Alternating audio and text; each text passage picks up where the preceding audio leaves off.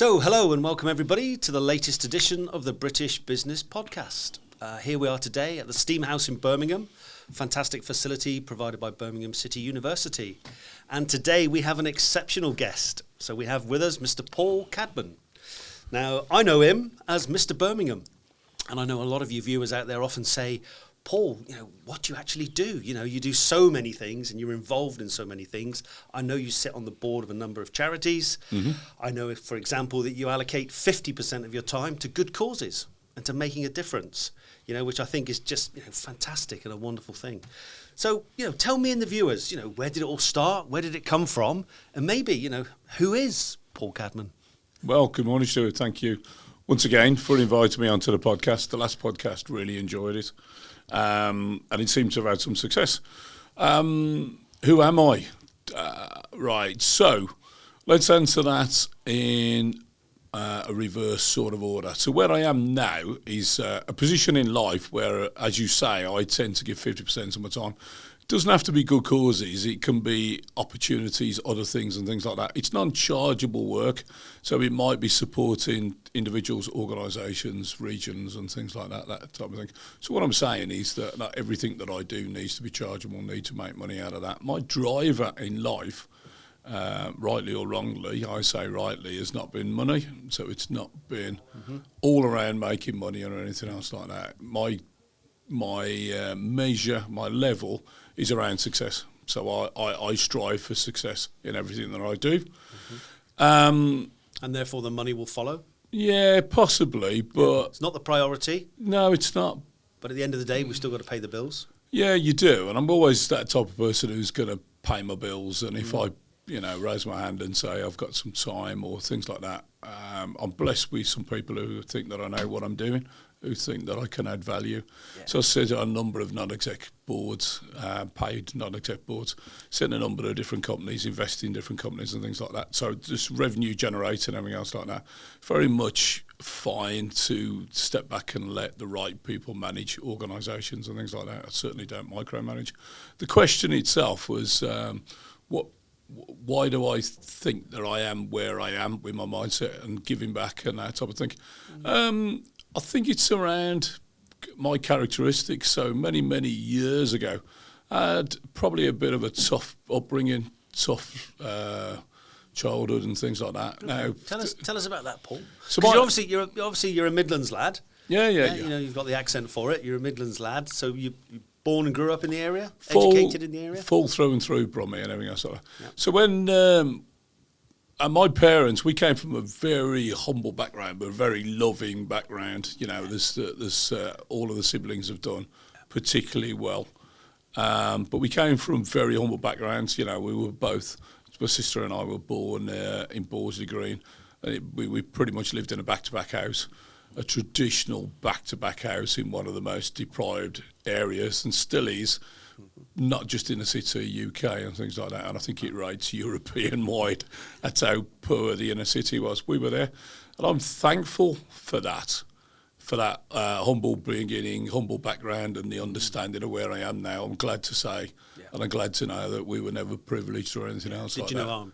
No, not at all. So I empathise, I understand, and I've lived that space for some of the people that we're trying to support.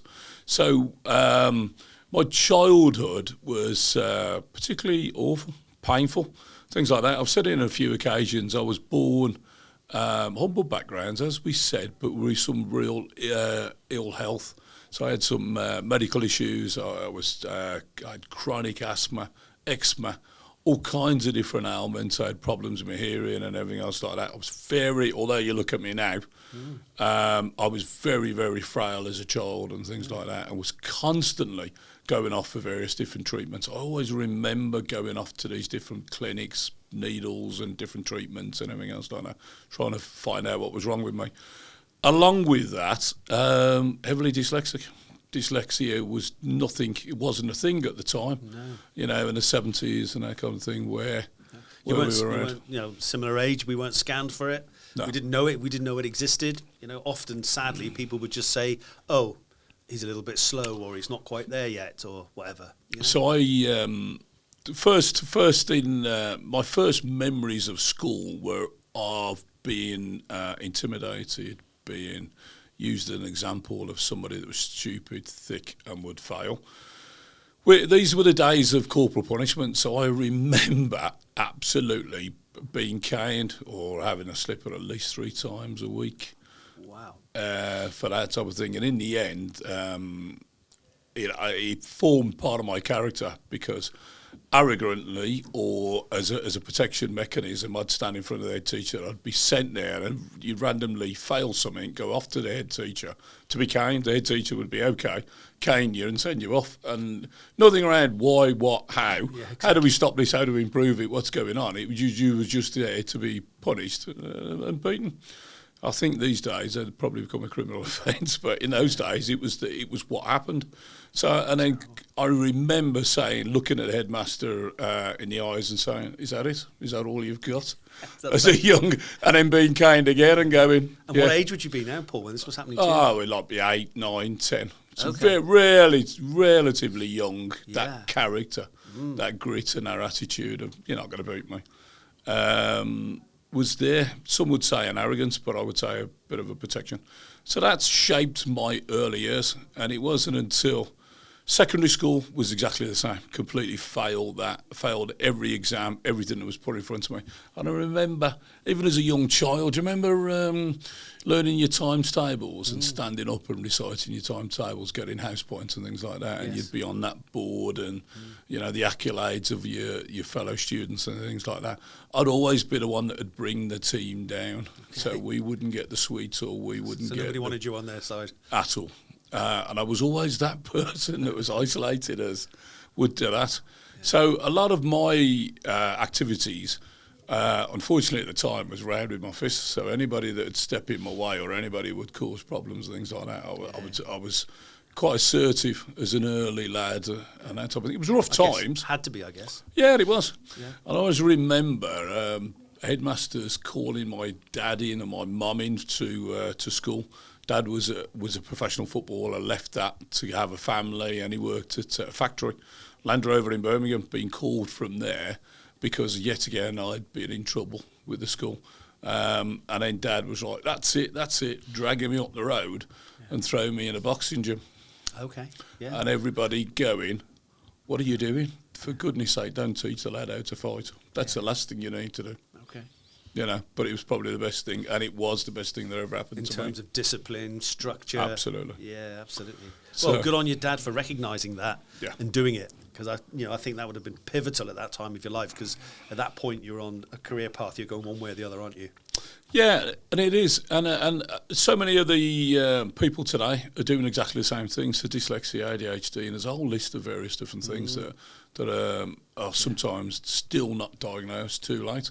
Yes. So just to finish off the bit with dyslexia, so I'd finished school, got all the way through that, was mixed martial arts champion, so really, really fit, absolutely as fit as a butcher's dog, to use that term.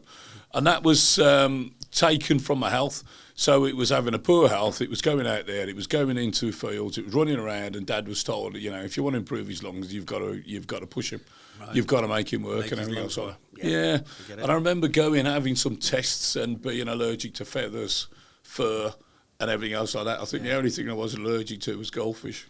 I got a bit of a joke. But it was that. So a nurse, an old wise nurse said to Mum, "Go and get a budgie and go and get a cat." Yeah. They got that, and I spent months, choking, couldn't breathe or anything like that, and suddenly it was gone. Okay. That sort of thing. So I was totally fine, okay with fur, okay with feathers and things like that. So get on with it. So coming back to education, so I'd finished secondary school, very, very good rugby player, very fit, good at martial arts, used to train probably, minimum of 6 hours a day, probably 8 hours a day. So I used to run from Borsley Green to Birmingham Centre, train for 2-3 hours, then run back, then go to school, then run from school, back in, train on the night, get back at 10 o'clock at night and things like that. So that was my world. Fabulous. To do that. Rugby was particularly good at school. Went to a school that didn't really play football. Dad was devastated, being an ex-professional footballer, that his son didn't follow in his footsteps, but it was all about rugby for me. Yeah. And then worked in the market. So I worked in the market from about 12, 13 years old. Right. Today, we're reflecting on it. It's probably illegal to do that now. But it was something that gave me a bit of a start in life. Yeah. That really engaged with people, the community of Birmingham and things like that. So it was Birmingham Market, and many of the listeners will know exactly what I'm talking about. So at that age, I was probably working 10, 12 hours a day.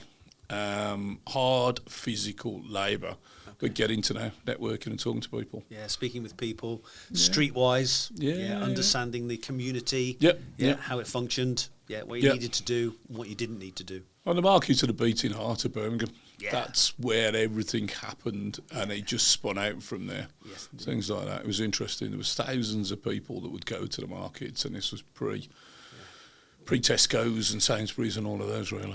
Absolutely, I totally agree. Yeah.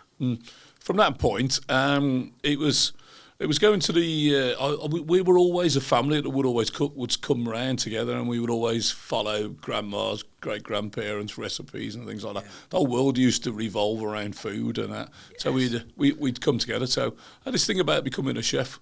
And I wanted to be a chef, and I applied to the then College of Food in Birmingham, and I was turned down flat. No, not interested. Can't take you on. You've got no qualifications. Nothing.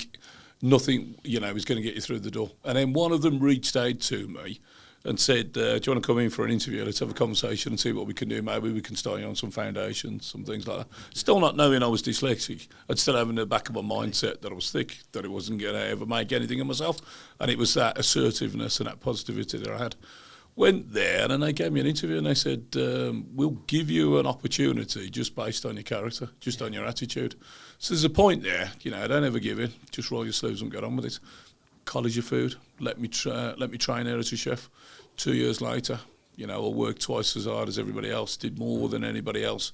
2 years later, qualified as a chef, worked in a 5-star hotel in Birmingham for a number of months. Wow.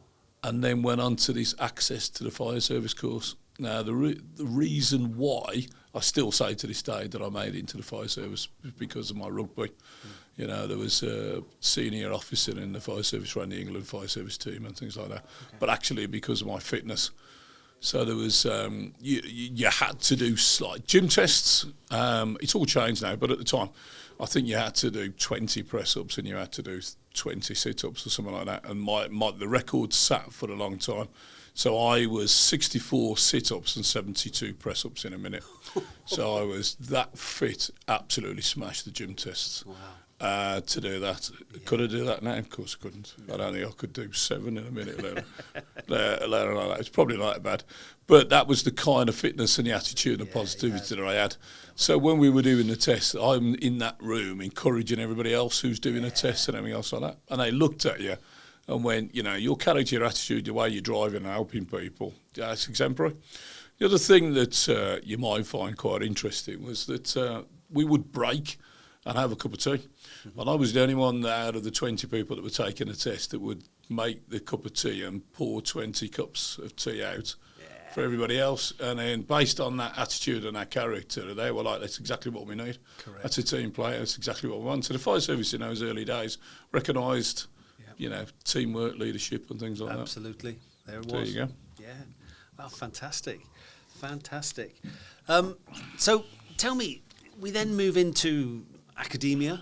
Yeah. I mean, for me, you are such an inspiring character. When we listen to that background, your humble beginnings, the way you came through education, the positivity that you've displayed in becoming the person you are today. And I think that grounding is where you've got that empathy with, let's call it society. You want to see people improve, progress, get better. And then clearly that leadership has been installed in you, and that's given you a fantastic foundation.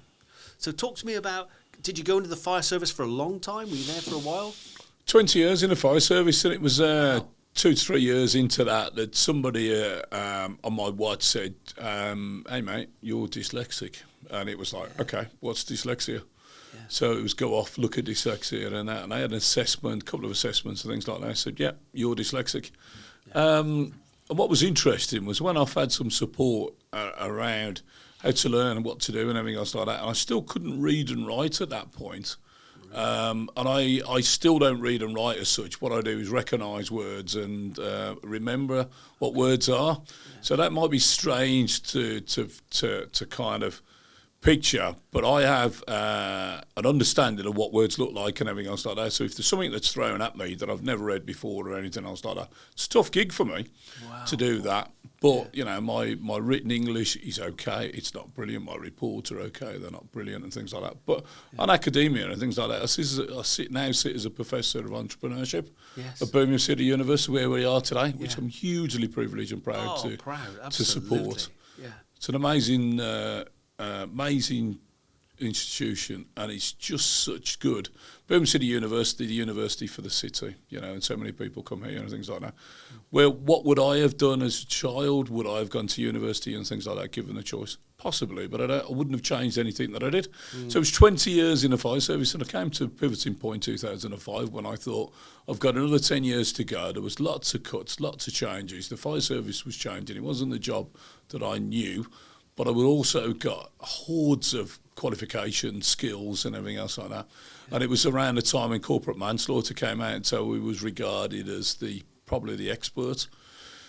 So it was turning gamekeeper to poacher, and I was offered a couple of different positions over a number of years, various different things come up. Fire service salary was awful, but it wasn't about salary. It was around conditions, what I was going to do, whether I was going to be a firefighter or a fire officer for another 10 years.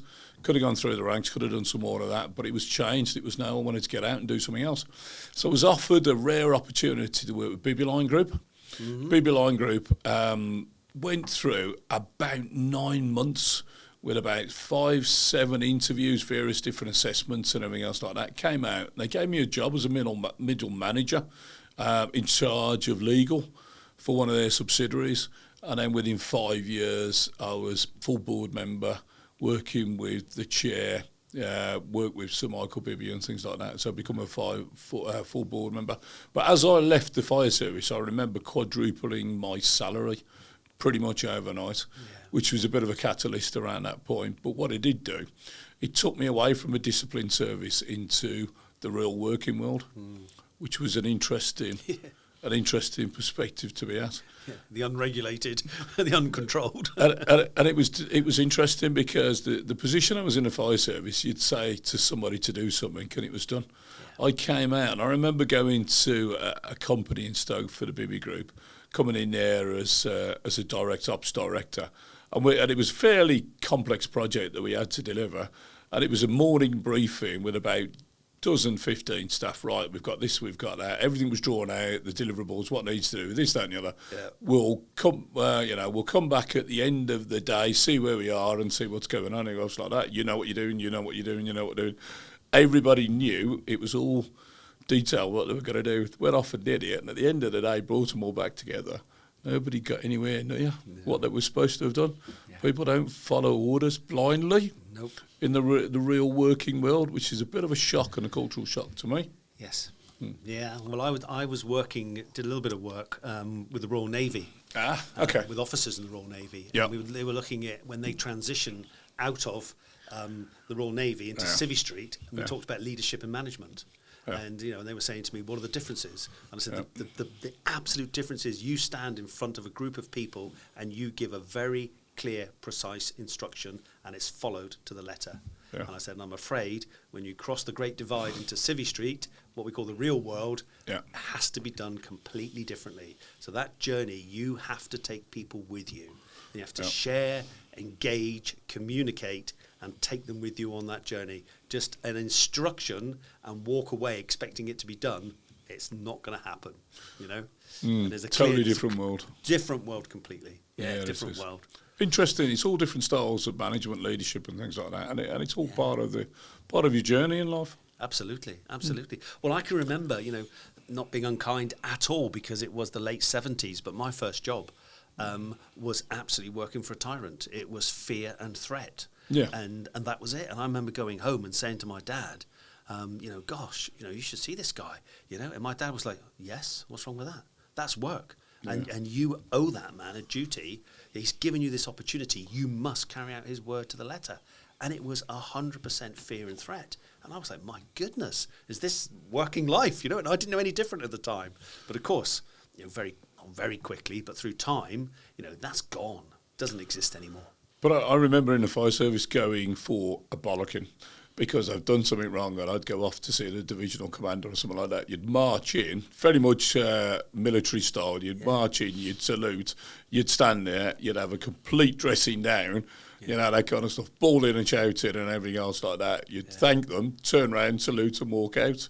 And that mindset, everything else, you look at it now, and it's the stuff of movies. Yeah.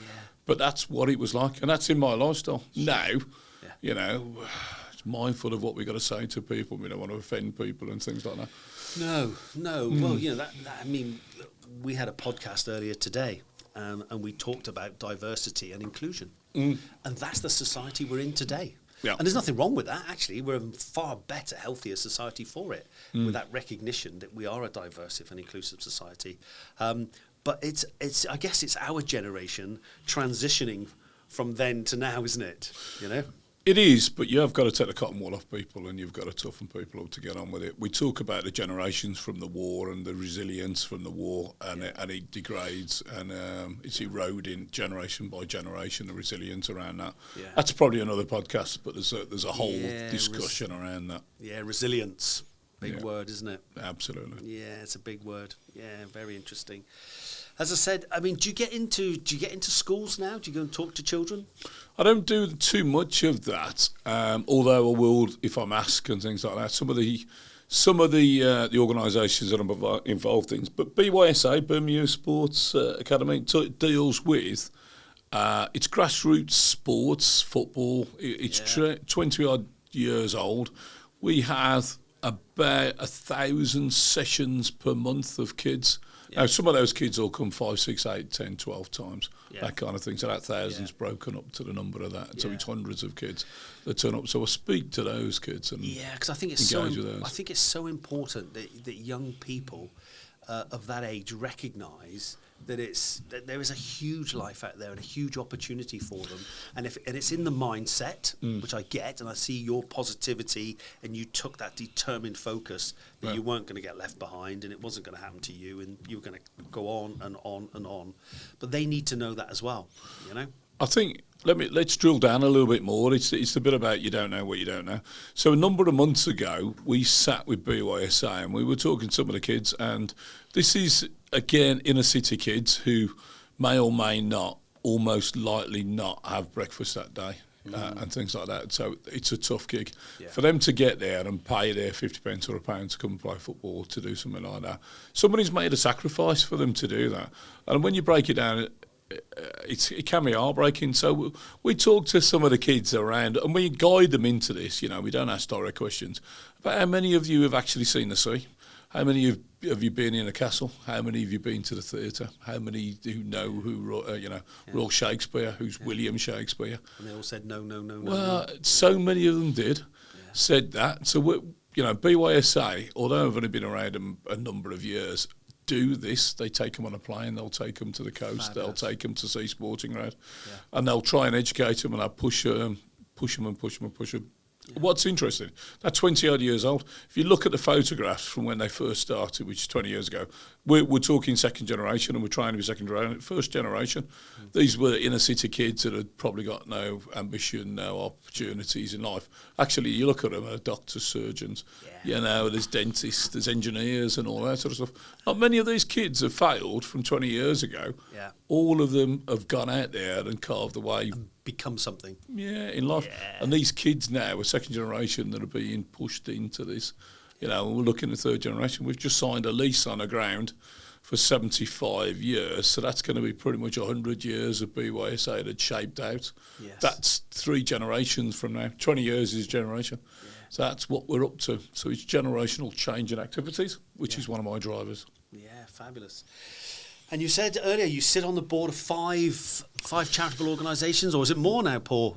How many is there? There's a few that I have direct contact with, and a few that I support. So I'm an ambassador for a number of different charities.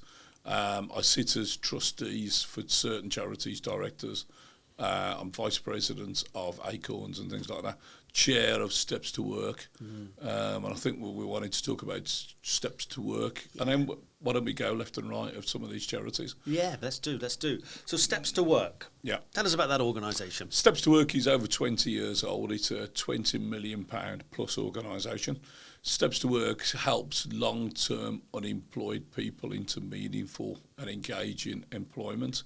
We are tens of thousands into that. Depends how you carve the figures up, but we're sort of 40,000 people that have gone through our hands that are going into sustainable work or support through that.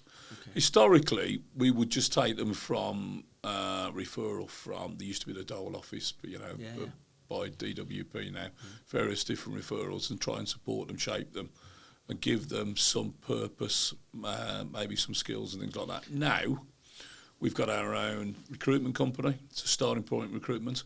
That's netting about £14 million turnover. Wow. 100% of that profit goes back into the charity, which goes into good causes. Right. We've got Coltrane, which Circle of Life training, which trains people, and 100% of that profit goes back into the group. So everything we do, 100% of it from these limited trading entities goes back into charity, which goes into good causes. So Steps to Work, just Midlands based, or? We're pretty much Midlands based, but we're reaching out further and further. As I'm chair, we will go wider and wider and wider. Yeah. We won't just deal with DWP projects. We're shaping things up ourselves. Yeah. We've donated over £800,000 this year. To back into society, into good cause and everything else like that. So a percentage of our profit goes back into communities, and we're using a percentage of that money for our own endeavours and to support our endeavours. So we've got things like a pantry, which is a food bank that we set up in the Black Country. We're supporting people. So how do you get your money? How do you get your income? Where do I earn my living? No. How does Steps to Work generate their money that they can then reinvest? As a charitable organisation, where does that funds come from? It's the trading arms. So the Steps to Work that owns Starting Point Recruitment, Coltrane, and organisations like that. So let's be clear that it's not the government. No. Yep. But we do deliver some government DWP projects, but what we do is we make a profit. Yep. We work very lean, we run lean, we run sharp, we know exactly what we're doing, and we'll put a profit out of these projects. Might be small, but it's continual profit. All of it then reinvested. Yeah, so this year it was 800,000. It's my intention next year that's going to be close to 2 million. That'll go back into communities and things like that. Okay, so a number of projects, a number of initiatives. Yeah. And all aimed at long-term unemployment. Yeah. Getting people either trained, educated, upskilling. Yeah. Getting them confident, personality, their profiling, their presence, and getting them ready to get back into the workplace. Yeah, I think we've lost role models. So when I go back to my earlier days about mum and dad constantly working, dad had 2 jobs, I think mum had 3 jobs.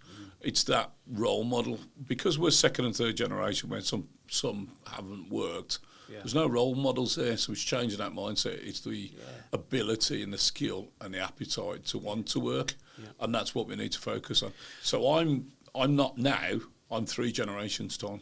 So give parents the skills now for the children to follow, for the great-grandchildren to be benefiting from that point. Yeah. And because of the pandemic, we've changed the way we work and we look at work now, haven't we? And obviously there's this work from home. So would that help? Would that help some of your people? I personally have a mindset, have an issue with, if you look at the unemployed, 50% of the unemployed people in this country, now listen to this fact, either have a disability or care for somebody with a disability. That's a workforce, it's an inactive workforce. Some of those can't work in traditional jobs. Working from home, of course they can. There's administrative, there's entrepreneurial flair, they can run their own businesses and things like that. So there's a lot of things that we can help them and support them. Let's stop thinking that employment starts at 9 and finishes at 5, Monday to Friday. Let's support all of these. Stay-at-home mums that are now in that financial pivoting point when they have 2 children. It's beneficial to stay at home. They're skilled, engaging people. They can pick up there. They can work. Absolutely. Mobilise that workforce. 100%. 100%. Okay, well, that's fabulous. And I mean, again, I think that it's great to hear and understand Steps to Work. Personally, I've heard the name an awful lot, but it's great to understand the detail of it, Yeah. And I think it's important also for people to know and viewers to understand that, you're a charity that has to raise its own money. We help and do a lot of work with the air ambulance in Cornwall.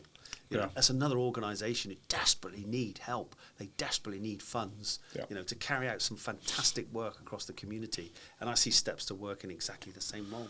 Well, we engage with the air ambulance. So what we've got, how I see Steps to Work looks at, it's an overarching charity. So we've got 150, 160 employees. So we've got a PR, a marketing team, we've got a graphics team, we've got a finance team, we've got a HR team, and everything like that. Why does every other charity need to have all of those functions? Yeah. We'll run your payroll for you. We'll do your marketing for you. So part of our CSR might not just be giving you funds and money, might be giving you strategic support around that. Yeah. And that's what we do. So Midlands Air Ambulance, we're engaging with them and we're supporting them. I have no idea how many charities we're supporting, but I would say it's probably 20 plus. Clever. So you can take away some of that administrative burden. Absolutely. And it is a burden and it's an administrative cost. Yep. Pull these charities together, overarching charities, supporting charities, making all of them more efficient. Yeah, and the other thing I see there is, Paul, that's really beneficial is you're getting these organisations then to communicate and work together. Yeah, because often you're working in isolation, thinking you're doing the right thing and you're helping to the best of your ability. But actually, if you come together as 3 or 4 organisations, you can be that much more powerful and make that much more difference in the community. We're looking supporting bids, so putting charities together to deliver bids. Yeah. So stop them working in isolation. Get out of the silo mentality, collaboration, cooperate with each other, and go forward to do that. We're doing that with a combined authority with a number of different opportunities, charitable deliverable partners. Yep. We've got a training arm, we can deliver that particularly well, but we might be able to do training for other charities. We might be able to in-house training, upskill staff, but also deliver for those. Yeah. Classic example I'm looking at is Acorns. I'm Vice President of Acorns, hugely passionate of Acorns. Wonderful charity doing some amazing things, but they shouldn't be there. That's an organisation that shouldn't be there. It's failings in the NHS, failings in society that are there. The NHS should be dealing with this. Again, probably another podcast, but... Yeah, so tell the viewers a little bit more about Acorns then and their role. So Acorns Children's Hospice has 3 hospices in the Midlands, which is Black Country, Walsall, Birmingham and Worcester.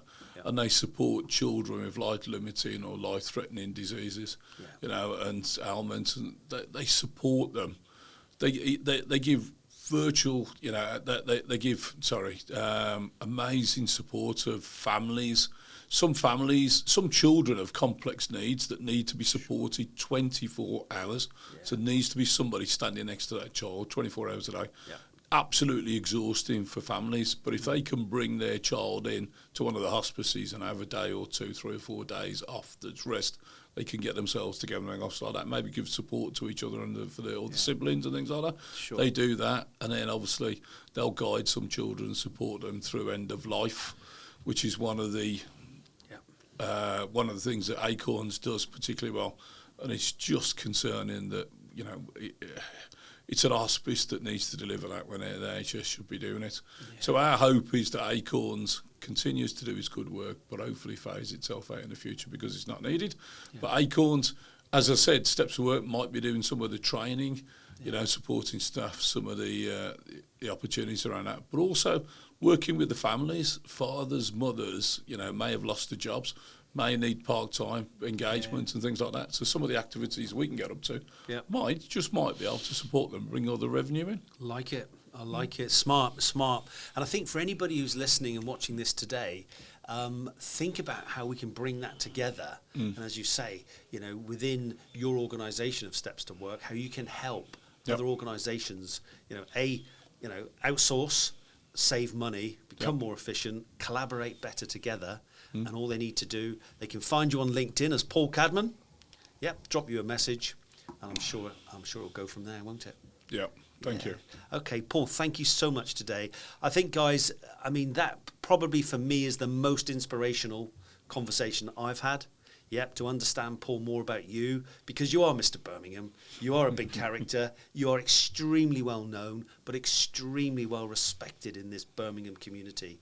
And to understand a little bit about where you've come from and your background and where you are today is just so inspirational, because there are people, lots of people, who think, I can't, and it won't happen to me, or it won't be me.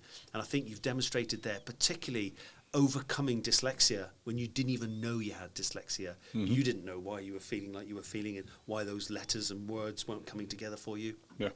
You know, and how you've overcome that today, and you're here as a professor. Yeah. You know, you're involved with so many great organizations and charitable work. I mean, mate, you're just absolutely, you know, an iconic figure here in Birmingham, and, you know, just a fantastic podcast and fantastic feedback. That should be an inspiration to a lot of people. Thank you, sir. Extremely humbled and thankful of the time, and always happy to help. Yeah, Thank you. Yeah, you're a great man, mate. Thank you. Cheers. So.